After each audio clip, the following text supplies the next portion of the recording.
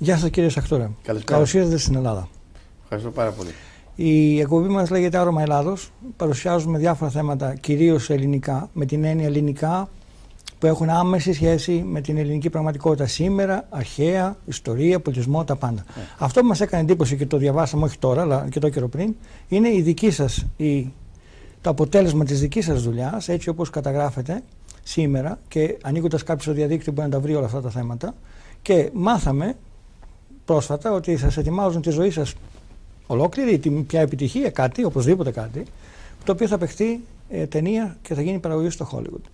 Δεν ξεκινήσαμε εμείς από αυτό, αλλά θα το παρουσιάσουμε αυτό. Αλλά θέλουμε πρώτα να σας πούμε ότι και να σας ευχαριστήσουμε που μας δεχτήκατε στην εκπομπή μας και να μας πείτε λίγα λόγια, έτσι, πώς τελείωσε όλο αυτό το ωραίο θέμα στη ζωή σας τώρα τελευταία. Μπορώ να πω πώς ξεκινάει. Πώς ξεκινάει, ναι, οπωσδήποτε. Όταν έφυγα από την Ελλάδα το 1986, νεαρός, έφυγα με ένα σκοπό. Να κάνουμε μια καλύτερη ζωή. Όπως πολλοί νέοι θέλουμε να πάμε στην ξενιτεία. Αλλά το 1988 έμαθα στην Καλιφόρνια ότι υπάρχει ένα σύστημα εργασίας, επιχειρήσεων που λέγεται δικτυακό μάρκετινγκ. Πίστεψα λοιπόν στη δύναμη των πολλών και όχι στη δύναμη του ενός. Λέει λοιπόν, αυτό που είχα ακούσει το 1988, καλύτερα να βγάλεις, λέει, 1% κέρδος από 100 άτομα παρά 100% από τον εαυτό σου. Και αυτό μου έκανε και εντύπωση και είχε και λογική. Και ξεκινάω στα τελευταία 24 χρόνια και έχω ασχοληθεί με δικτυακό μάρκετινγκ. Έχω αλλάξει 16 εταιρείες πριν πάω στην τελευταία που είναι 17η με τον υγιεινό καφέ. Στα 20 όμως χρόνια, τα 20 πρώτα χρόνια, ήταν τόσες οι προσπάθειες. Παντρεμένος με μια κόρη. Και είχα μια επιταγή γραμμένη με 1 εκατομμύριο στο όνομά μου. Την είχα βάλει και στην ημερομηνία των γενεθλίων μου. 26 Μαΐου. Πρόσφατα. Ναι, μόλις πέρασε. Και κάθε χρόνο πίστευα ότι του χρόνου θα είναι καλύτερα. Και κάθε χρονιά που πέρναγε μου λέγανε φίλοι μου, Γιάννη, λέει, χρόνια πολλά. Δεν μου λες, την επιταγή την εξαργύρωση. Πολλοί με κοροδεύαν κιόλας, αλλά εγώ είχα μια μεγάλη πίστη και στον εαυτό μου και στο Θεό και στο πρόγραμμα. Και μετά από 20 χρόνια προσπάθειας, τελικά βρήκα την 17η εταιρεία. Όταν τη βρήκα όμως, και από εκεί ξεκινά και το έργο, ήταν μια εποχή που πραγματικά τα είχαμε χάσει όλα. Είχαμε φτάσει στο μείον 362.000 σε χρέη, χωρίς αυτοκίνητο, μας κόψαν το ρεύμα, το φως, η τράπεζα ήθελε να κάνει και έξωση και εκεί ήταν πραγματικά αυτό που λέω η μεταμόρφωση του ανθρώπου. Ακριβώς. Εδώ θα σταθούμε λιγάκι παραπάνω. Αν δεν είχε συμβεί το γεγονός, το πιεστικό, ας το πούμε, γεγονός, θα είχατε το ίδιο αποτέλεσμα ή αυτό έπαιξε ένα μεγάλο ρόλο? Δηλαδή, τι θέλω να πω, πρέπει ο καθένας να φτάσει σε αυτό το χαμηλό εντός εισαγωγικών επίπεδο για να ξυπνήσει? Χρειάζεται να πιεστεί κάποιος για να ξυπνήσει? Μερικές φορές χρειάζεται. Γιατί όταν κοιτάω τις προηγούμενες επιχειρήσεις που είχα δοκιμάσει, όταν βλέπεις ότι κάτι δεν πάει καλά, έχουμε και τον εγωισμό, έχουμε και την περηφάνεια, νομίζουμε ότι τα ξέρουμε όλα κιόλας. Και καμιά φορά όσο πιο πολλά ξέρεις, τόσο λιγότερα θες να ακούσεις από κάποιον, ο οποίος ξέρει πιο πολλά από σένα, αλλά σε νομίζω ότι ξέρει περισσότερα. Ακριβώς. Και ευτυχώς, σήμερα βέβαια λέω, ευτυχώς που ήταν ευλογία Θεού, που τα έχασα όλα, καθότι Έλληνας, δύσκολος πολλές φορές και λίγο ξέρω κεφάλος, αποφάσισα να ακολουθήσω οδηγίες ενός ανθρώπου, ο οποίος είναι και νεότερος με 12 χρονών, αλλά με πάρα πολύ σοφία και μου έδωσε μια σωστή κατεύθυνση. Δεν μπορώ να πω ότι με άλλαξε σαν άνθρωπο, αλλά μου έβαλε τον ανθρωπισμό μου σε ένα κατάλληλο δρόμο. Ακριβώς αυτό ήθελα να το κάνουμε πιο συγκεκριμένο. Ναι, μεν κάποιος γνωρίζει, ναι, μεν μπορεί να ξέρει πράγματα, ναι, μεν να έχει ασχοληθεί, όπως είπατε και εσείς, σε άλλες εταιρείες. Είναι πάντα ένα μικρό κλειδί που ανοίγει τη στιγμή που η ανάγκη είναι. Η ανάγκη μπορεί να είναι οποιαδήποτε ανάγκη. Ναι. Μπορεί να είναι θέμα υγείας ανάγκης, μπορεί να είναι θέμα οικονομίας ανάγκης, οτιδήποτε ανάγκη. Και βλέπουμε ότι στην ανάγκη είναι εκεί που ανοίγουν τα κλειδωμένα πράγματα στο μυαλό του κάθε ανθρώπου. Υπάρχουν άνθρωποι που καπνίζουν συνέχεια. Ξαφνικά λοιπόν του λέω ο γιατρός, ξέρεις, έχει δηλαδή μια σοβαρή αρρώστια. Εάν δεν σταματήσει το κάπνισμα θα πεθάνεις. Τότε το σταματάνε. Ναι. Πολλές φορές πρέπει να υπάρχει κάποιος τρόμος ή κάποιος φόβος ή κάποια μεγάλη ανάγκη για να μας αναγκάσει να πάρουμε μερικές διαφορετικές αποφάσεις. Πήρα την απόφαση να ακολουθήσω ορισμένες οδηγίες. Μας πήγε πάρα πολύ καλά. Νιώθω πραγματικά περήφανος σαν Έλληνας που βρήκα αυτή την ευκαιρία, που με βοηθήσανε, μου δώσανε σωστή καθοδήγηση Και μπορώ τώρα να γυρίσω στην Ελλάδα για να βοηθήσω άλλους Έλληνες. Αυτό είναι πολύ σημαντικό για μένα. Και ακριβώς σε αυτό το θέμα θα σταθούμε λίγο περισσότερο. Η επιτυχία σας τείνει να αναγνωριστεί και αναγνωρίστηκε και αυτή η πρόταση που έγινε για να γυριστεί αυτή η επιτυχία, αυτή η ζωή του Γιάννη Σακτούρα, να γυριστεί μια ταινία στο Hollywood βάσει των δεδομένων της επιτυχίας. Γιατί αν δεν υπήρξε επιτυχία, θα μου πείτε γιατί να σας ερχόταν κάποιος να σας πει να βγάλω μια ταινία, για ποιο λόγο. Λοιπόν, η πολύχρονη εμπειρία πριν ήταν αυτή που σας έφτασε στο σημείο ή ήταν και το ξεκλείδωμα το στιγμία? Ήταν το ξεκλείδωμα. Γιατί πολλοί έχουμε γνώσεις. Πολλοί άνθρωποι, ειδικά 45-50 ετών, έχουμε κάποια σχετική εμπειρία. Υπάρχουν πολλοί και επαγγελματίες και επιχειρηματίες. Αλλά υπάρχει μια ειδική γνώση που λέγεται η σωστή ηγεσία, με την οποία βοηθούμε ορισμένα άτομα με σωστές φράσεις, με σωστές λέξεις, με σωστή καθοδήγηση. Σωστή, δηλαδή βοηθάμε τους άλλους σωστά και έτσι βοηθάμε και τον εαυτό μας. Όταν μου είπαν για να κάνω τη ζωή μου έργο, η πρώτη μου αντίδραση με τη γυναίκα μου ήταν όχι, ευχαριστώ πάρα πολύ, δεν με ενδιαφέρει. Ποιος θέλει να βγάλει τα άπλυτα στη μεγάλη οθόνη? Αλλά μετά από αρκετούς μήνες συζήτησης, πιστήκαμε κάτι το οποίο πιστεύω ότι είναι σημαντικό. Η ζωή μας δεν είναι τίποτα ιδιαίτερο. Πολλές οικογένειες έχουν περάσει από πολλά και διάφορα. Αλλά το ότι είμαστε ένα ζευγάρι παντρεμένοι 20 χρόνια, η γυναίκα μου πάντοτε ήταν δίπλα μου. Ποτέ δεν παραπονέθηκε. Ποτέ δεν ρίξε με τα φταίει τα λάθη κανέναν. Παίρναμε τις ευθύνες μας. Η κόρη μου δεν έχει αλλοιοποιηθεί από τις αλλαγές. Είμαστε μια δεμένη οικογένεια, πιστεύουμε στο Θεό, πιστεύουμε ένας στον άλλον, είμαστε δεμένοι και πολλά άτομα τώρα μας βλέπουν σαν ένα καλό παράδειγμα. Και λέω τώρα, εάν η ζωή μας, όπως θα τη δίνω στο έργο, βοηθήσει πολλά άτομα, όχι μόνο να γίνουν εκατομμυρίοι, ας αλλάξουν και λίγο τη ζωή τους. Να ανοίξει αυτό το κλειδί. Ας γίνουν καλύτεροι γονείς. Ας δουν τα παιδιά ότι πρέπει να βοηθάνε τους γονείς. Ας δούμε λοιπόν ότι οι άντρες χρειαζόμαστε τη γυναίκα. Ας δει λοιπόν η γυναίκα ότι πρέπει να σέβεται τον άντρα. Και να δείξουμε ότι πιστεύοντας στον εαυτό μας μπορούμε να κάνουμε κάτι καλύτερο, ας είναι και μία μικρή αλλαγή. Πρέπει να υπάρχει οικογένεια. Μπορεί να κάνει μεγάλη διαφορά. Δηλαδή πρέπει να υπάρχει η οικογένεια. Πολύ σημαντικό. Αυτό που λέμε ότι μόνο σου κάνεις πράγματα. Κανείς δεν μπορεί. Μόνο κανείς δεν πάει πουθενά. Αυτό ακριβώς έχουμε μέσα από προσωπικές εμπειρίες, συμφωνούμε απόλυτα. Όταν ξεκινήσατε στο διαδικτυακό πολλά χρόνια πριν, σε κάποιο σημείο είχατε απογοητευτεί πλήρως? 2 φορές, μίσος και 3 φορές, γιατί πολλές φορές έχουμε ορισμένα όνειρα. Και όταν περνάνε τα χρόνια και το όνειρο δεν ολοκληρώνεται, κάπου λες με πήραν τα χρόνια, κουράστηκα, ήταν μια φαντασία. Δεν πάει μπροστά. Δεν είναι για μένα, δεν κάνω γι' αυτό, κουράστηκα.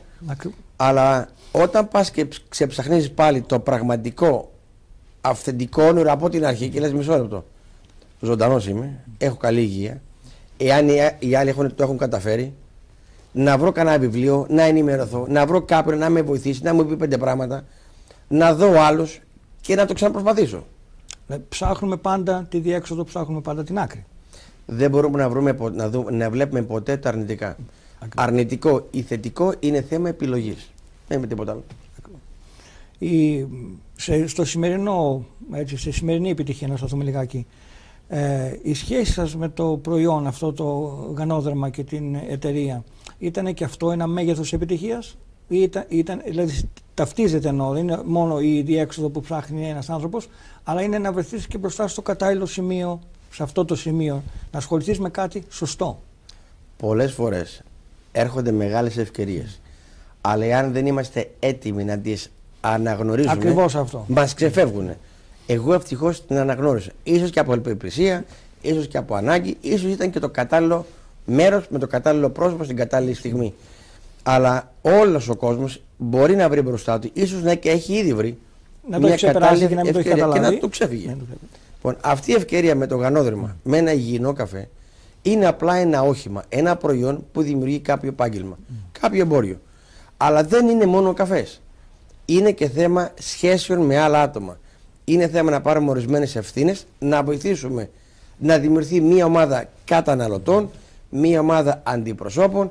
Ο ένας βοηθάει τον άλλον και όλη η ομάδα σηκώνεται μαζί και όλοι κερδίζουν. Και ξεκινώντας ακριβώς με αυτό το θέμα, ότι όλοι βοηθούν, θα ήθελα να το περάσουμε λίγο στους ανθρώπους που δεν έχουν ασχοληθεί καθόλου με δικτυακό, καθόλου, και το ακούν τελείως για πρώτη φορά και τελείως έξω από το μυαλό τους. Η συμμετοχή τους ανοίγει πόρτες. Αν μπουν μέσα με τη θέληση. Πάρα πολύ. Ακριβώς. Και κάτι πολύ απλό. Ήδη ο κόσμος πίνει καφέ. Ούτως ή άλλως. Πάει, τον πληρώνει, βρίσκεται με φίλους και μιλάνε πολλά και διάφορα. Κούτσομπολιό, ιστορίες, τέλος πάντων. Αντί λοιπόν να μιλάμε για πολλά και διάφορα, μπορούμε να μιλάμε για ένα ειδικό υγιεινό απολαυστικό καφέ που μας προσφέρει μια καλύτερη υγεία και κάποιο σοβαρό κέρδος. Μπορεί να είναι ένα μικρό εισόδημα, 300 ευρώ, 100 ευρώ, 500, 1000 ή και παραπάνω. Εξαρτάται το άτομο. Αυτό εξαρτάται από το άτομο και πόσο δύναμη έχει, πόσο έχει, τι ανάγκη έχει και τι ανάγκες. Και μέχρι πού φτάνουν τα όνειρά του. Ακριβώς. Με τι ασχολείται, πώς θέλει να ασχοληθεί. Εντάξει, συμφωνούμε οπωσδήποτε. Ναι. Ποιο ήταν το σπουδαιότερο σημείο, έτσι όπως το είδατε, για την άνοδό σας, την εταιρεία αυτή? Υπήρχε κάποιο συγκεκριμένο σημείο? Μας είπατε για την οικογενειακή κατάσταση πριν. Τώρα που το βλέπετε λίγο πιο ψυχρά, ας το πούμε έτσι, όχι τόσο θερμά. Το σημείο που το καταλάβατε, όχι ποιο σημείο ακριβώς, σε ποιο σημείο καταλάβατε, τελειώσαμε, εδώ πήγαμε καλά? Όταν είχα πάει σε ένα σεμινάριο στη Τζαμάικα και ήθελα να πάω να έχω ένα δείπνο που δεν έπρεπε να μπω μέσα, γιατί είχα κουραστεί να τρώω μπισκότα για 3 μέρες λόγω έλλειψης χρημάτων. Πήγα λοιπόν και μπήκα σε μια αίθουσα για ένα δείπνο μέσα σε μια ομάδα που δεν έπρεπε να ήμουν μέσα και με βγάλαν έξω. Εκείνο λοιπόν το σημείο πληγώθηκε ο εγωισμός μου, η περηφάνειά μου, ένιωσα πάρα πολύ άσχημα, ήθελα να παραιτηθώ και να σηκώθω να φύγω. Εκείνο όμως το σημείο άρχισα και σκεφτόμουν και παραδέχτηκα ότι εγώ έκανα λάθος. Και συγχρόνως άρχισε τότε μία σειρά εικόνων στον εγκέφαλό μου, στο μυαλό μου, πριν τα χρόνια, πόσες φορές είχα κάνει πράγματα που δεν ήταν σωστά ή που νόμιζα ότι ήταν σωστά ή επειδή τα έκανα επειδή είχα ανάγκη. Και επειδή ο ανάδοχός μου είπε μια πάρα πολύ μεγάλη δυνατή σημασία, μου λέει, δεν επιτρέπω να βραβεύσω κάποιον για κάτι που δεν έχει κερδίσει, γιατί αν το κάνω για σένα θα πρέπει να το κάνω και για όλους τους άλλους. Και αυτό μου λέει δεν είναι δίκαιο. Μου λέει η επιτυχία ενός ανθρώπου ξεκινάει από την εντιμότητα και από την αναγνώριση των λάθων και την επιβράβευση αυτό που κάνουμε τα πράγματα σωστά. Και από τότε λοιπόν δέχτηκα αυτόν τον άνθρωπο σαν το μέντορά μου και αποφάσισα λοιπόν από εδώ και μπρος θα κάνω πάντα το σωστό. Θα λέω πάντα την αλήθεια όσο και να κοστίζει. Ακριβώς. Γιατί κατάλαβα ότι μπορώ και κοιμάμαι άνετα.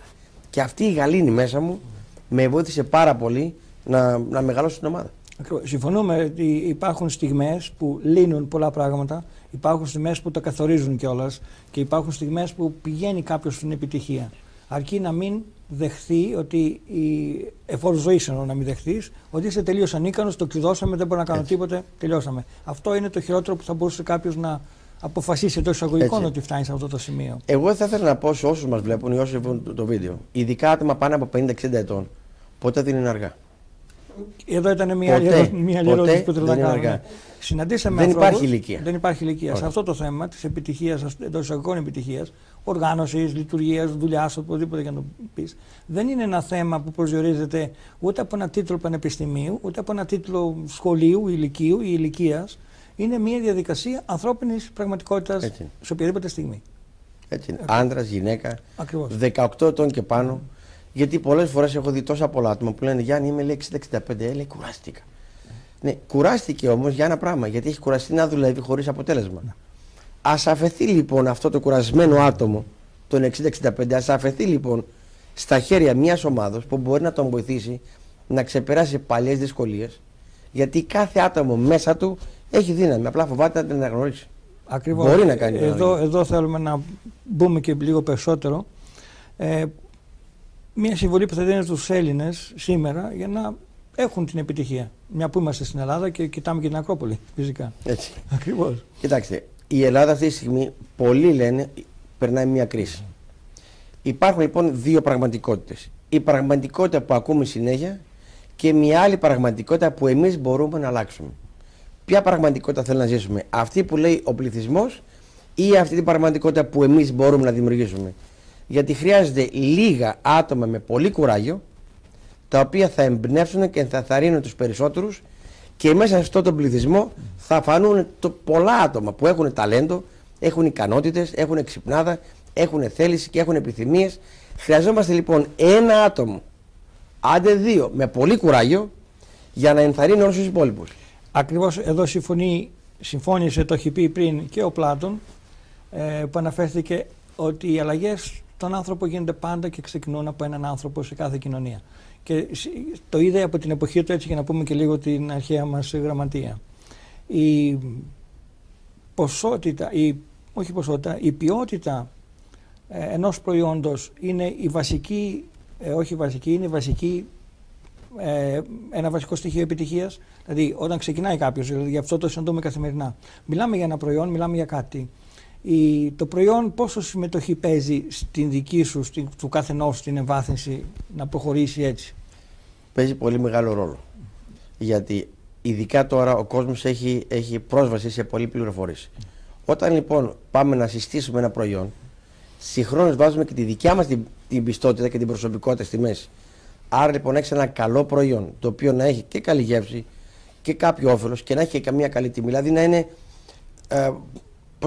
προστατευμένο από πολλά ωφέλη, μας δίνει και περισσότερη προσωπικότητα, να το πούμε, με δύναμη και θάρρος. Ακριβώς. Αυτό είναι καλό προϊόν. Αυτό είναι το νούμερο ένα.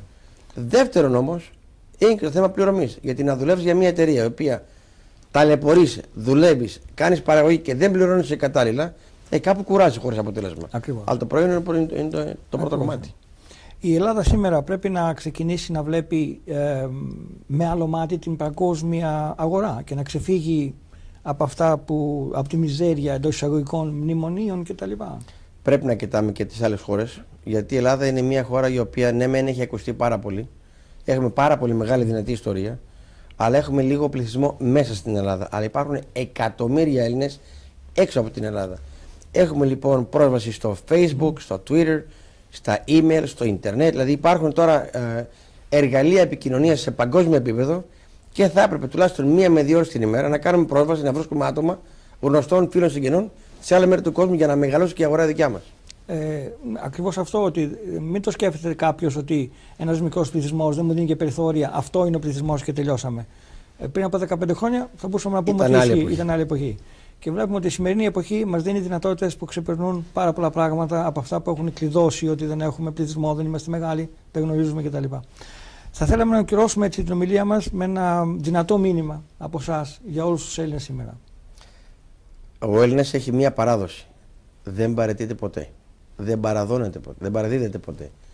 Στο όλο το παρελθόν της Ελλάδας σαν πατρίδα έχουμε αναγνωριστεί σαν η πιο μεγάλη δυνατή χώρα. Έχουμε ξυπνάδα, έχουμε ταλέντα. Απλά πρέπει να τα βάλουμε σε ένα κανάλι, σωστό κανάλι, για να πάρουμε δύναμη. Να βοηθάει ο ένας τον άλλον, να πάψουμε να κοιτάμε το παρελθόν, να σταματήσουμε να λέμε δεν μπορούμε, να ξεχάσουμε την ελληνική φράση δεν βαριέσαι και ας κάνουμε λοιπόν κάτι όλοι μαζί για να αλλάξουμε τη χώρα.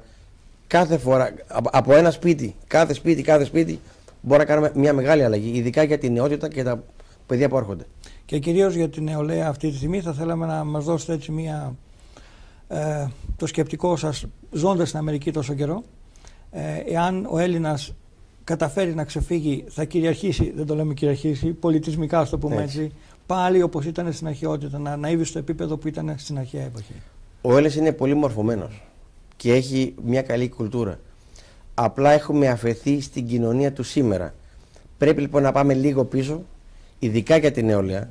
Μπορούμε και πάλι ξανά, ξεκινώντας με ένα διαφορετικό τρόπο ζωής και τρόπο σκέψεως, να μεταφέρουμε το μήνυμα του ελληνισμού σε όλα τα μέρη του κόσμου. Ξεκινώντας από εδώ όμως, από την Αθήνα, από την Ακρόπολη που κοιτάμε πίσω μας. Λοιπόν, ευχαριστώ και πάλι, κύριε Γιάννη. Και εγώ ευχαριστώ και θα τα πούμε σύντομα σε μια άλλη εκπομπή. Ευχαριστώ πάρα πολύ. Παρακαλώ.